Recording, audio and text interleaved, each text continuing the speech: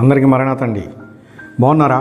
మహాపరిశుద్ధుడు యేసుక్రీస్తు వారి కృప సమాధానం మనకు తోడేండుగాక. ఆమె. మీ అందరికీ మరణాతండి. ప్రియమైన స్నేహితులారా, దేవుని వాక్యం ద్వారా మనం మాట్లాడుకుందాం. ప్రియులారు, ఇక్కడ రోమపత్రిక 4వ అధ్యాయము మనం చూస్తే 4వ అధ్యాయంలో 7వ వచనంలో దేవుడు ఒక చక్కని మాటతో మనతో మాట్లాడుతూ ఉన్నారు. ప్రియులారా, తన పాపమునకు ప్రాయశ్చిత్తము నొందినవాడు ధన్యుడు అనే మాట ఇక్కడ మనకు కనబడుతున్నది.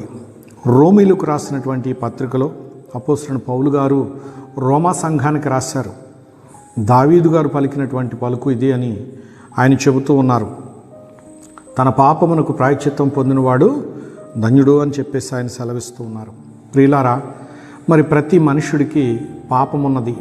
ఈ పాపానికి ప్రాయశ్చిత్తము చాలామంది అంటారు, తెలియక మేమేం పాపం చేయలేదు, మేం పాపులం కాదు అంటూ ఉంటారు. ప్రియులారా, ఇక్కడ మనం గమనిస్తే తల్లి గర్భములో మానవుడిగా జన్మించటమే ఒక పాపం. అనగా మనుషుడు పాపం వల్లనే జన్మిస్తున్నాడు. తల్లిదండ్రుల పాపం వలన బిడ్డలు జన్మిస్తున్నారు. ప్రియులారా, ఇక్కడ దేవుని మహాకృపను బట్టి దాన్ని జన్మ పాపం అంటాం.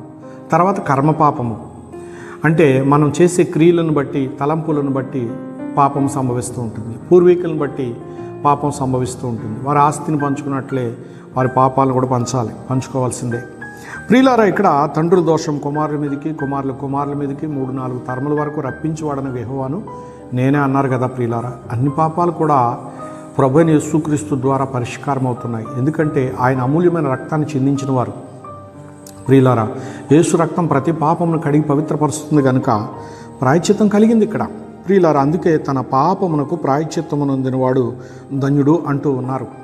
ప్రియమైన స్నేహితులారా, మనమందరము మన పాపముల నుండి ప్రాయశ్చిత్తం పొందాలి అంటే ప్రభువైన యేసుక్రీస్తు రక్తంతో కడగబడాలి. అంటే ఆయన మన కొరకు వచ్చి ఇదంతా చేశారు అని ఆయనకు మనం కృతజ్ఞులమై నమ్మి విశ్వసించి ఆయన వెంబడించడమే మనకు ధన్యత అని ప్రభు పేరట మీకు నేను తెలియపరుస్తున్నాను. ప్రియులారా, ఈ మహాదేవుని కలిగి ఉండడమే ధన్యత. ధన్యుడు దేవమానవుడు ధన్యుడు. అంటే మానవుడు దైవమానవుడు అయినప్పుడు అతడు ధన్యుడవుతాడు.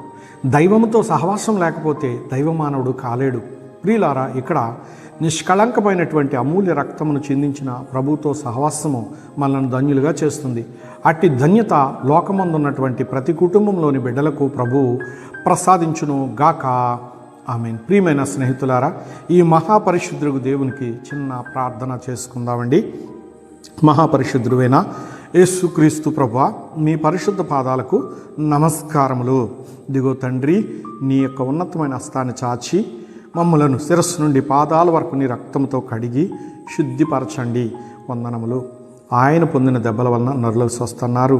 నా ప్రభు యేసు రక్తం ప్రతి పాపము కడి పరిశుద్ధపరుస్తుందన్నారు. అట్టి ప్రభు రక్తం వలన కలగవలసిన పరిశుద్ధత, పవిత్రత, విమోచన, విడుదల మాకందరికీ దయచేయమని, లోకమందున్న ప్రతి బిడ్డకు ప్రసాదించమని యేసునామమును వేడుకుంటూ మీ పాదాలకు నమస్కరించి సమర్పించున్నాను పరమ తండ్రి. ఆమేన్.